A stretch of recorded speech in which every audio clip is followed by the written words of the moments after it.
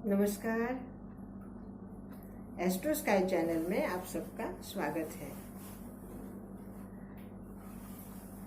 नवग्रहों में आज हम बताएंगे दैत्य गुरु शुक्र के उत्पत्ति की कथा। दैत्य गुरु शुक्राचार्य ग्रहों में बहुत ही, जैसे आसमान में हम देखते हैं, सबसे चमकीला ग्रह शुक्र है। इसे मॉर्निंग स्टार और इवनिंग स्टार भी कहते हैं, क्योंकि सूर्य के आगे पीछे ही शुक्र का उदय रहता है।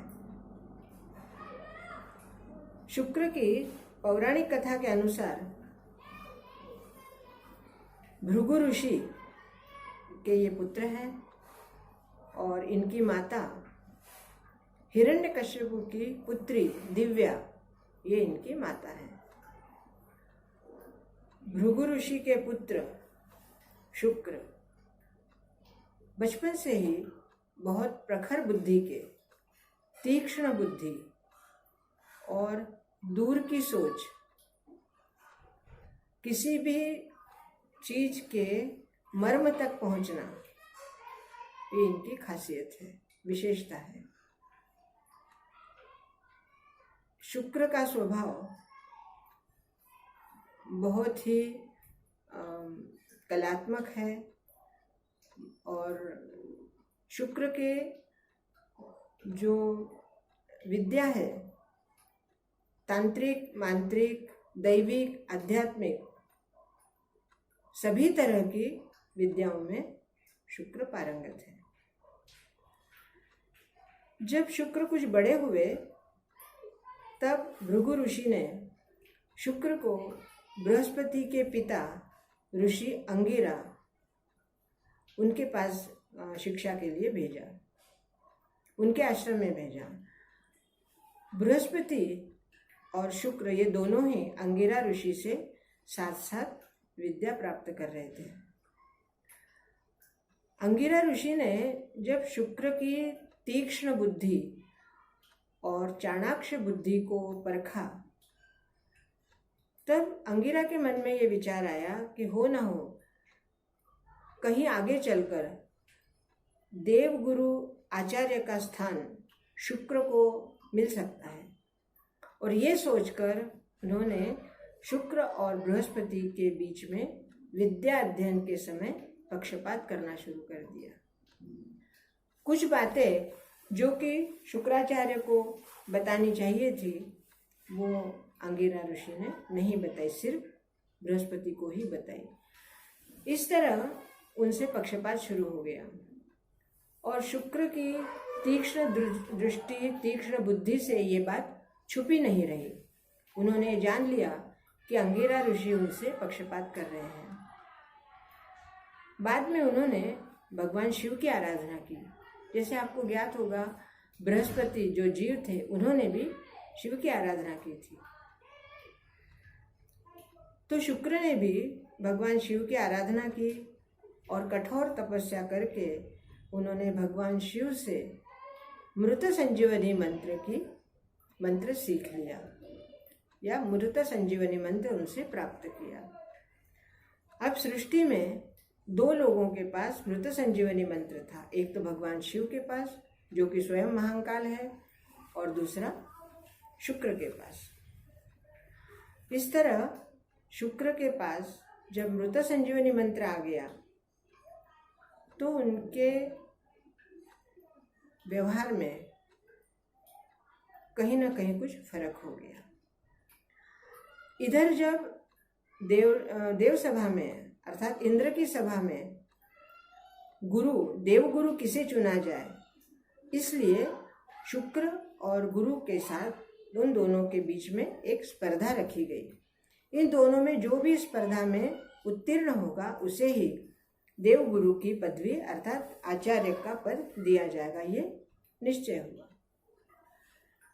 शुक्राचार्य की तीक्ष्ण बुद्धि से सभी अवगत थे और इसलिए देवराज इंद्र को भी ये पता था कि हो सकता है शुक्र ही देवगुरु बने। लेकिन वो चाहते नहीं थे। सबकी इच्छा यही थी कि बृहस्पति ही देवगुरु बने। इसलिए कुछ कटाक्ष करके, कुछ षड्यंत्र करके शुक्र को परीक्षा स्थल में पहुंचने के पहले ही बीच में रोक दिया गया किसी विशेष कारणवश। इंद्र की पुत्री को उनके पास भेजा गया और उन्होंने, इंद्र की पुत्री ने शुक्राचार्य को बीच में ही रोक लिया।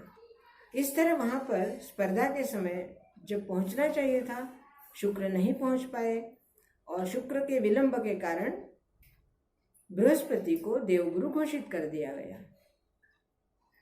और जब शुक्र वहाँ पहुँचे तब उन्हें पता चला कि उनके साथ छल किया गया है।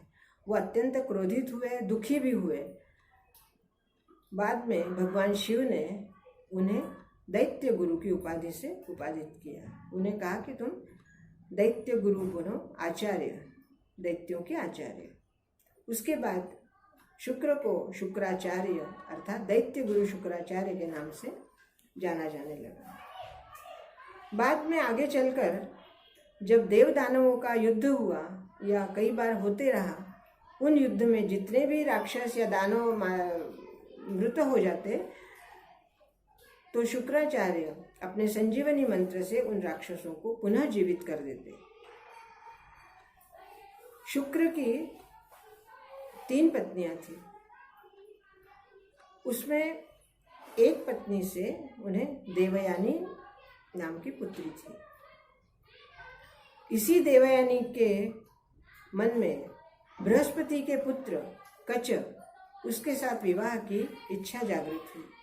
लेकिन कच ने इस बात के लिए इनकार कर दिया, क्योंकि मृत संजीवनी मंत्र सीखने के लिए देवता लोगों ने कच को एक शिष्य बनाकर शुक्राचार्य का पास भेजा था और उनसे संजीवनी मंत्र सीख लिया। और जब देवयानी के विवाह की बात कही तो कच ने कह दिया कि देवयानी मेरी गुरु बहन है, इस तरह मैं उसके साथ विवाह नहीं कर सकता। लेकिन दुर्भाग्यवश देवयानी ने भी कच को श्राप दे दिया कि तुमने जो विद्या ग्रहण की है मेरे पिताश्री से वो विद्या तुम्हारी काम नहीं आएगी। इस तरह मृत संजीवनी मंत्र गुरु के पुत्र कच के पास आने के बाद भी उसका उपयोग नहीं हो पाया। दोस्तों, ये पौराणिक कथाएं हैं और आध्यात्मिक वास्तविक रूप का वर्णन इसीलिए मैं कर रही हूँ ताकि जब भी हम कुंडली के बारे में विचार करें तो हमें इन ग्रहों का आध्यात्मिक रूप भी पता होना चाहिए कि इनका वास्तविक रूप क्या है, और उसी से आपको ये पता चलेगा कि इनका स्वभाव कैसा है और हमारी कुंडली में इनके स्वभाव के अनुसार ही हमें फल मिलता है। आज के लिए इतना ही। कल शनिदेव के बारे में बताएंगे। इस चैनल को आप सब्सक्राइब कीजिए, लाइक कीजिए, शेयर कीजिए और अपने कमेंट्स अवश्य लिखिए। बहुत बहुत धन्यवाद।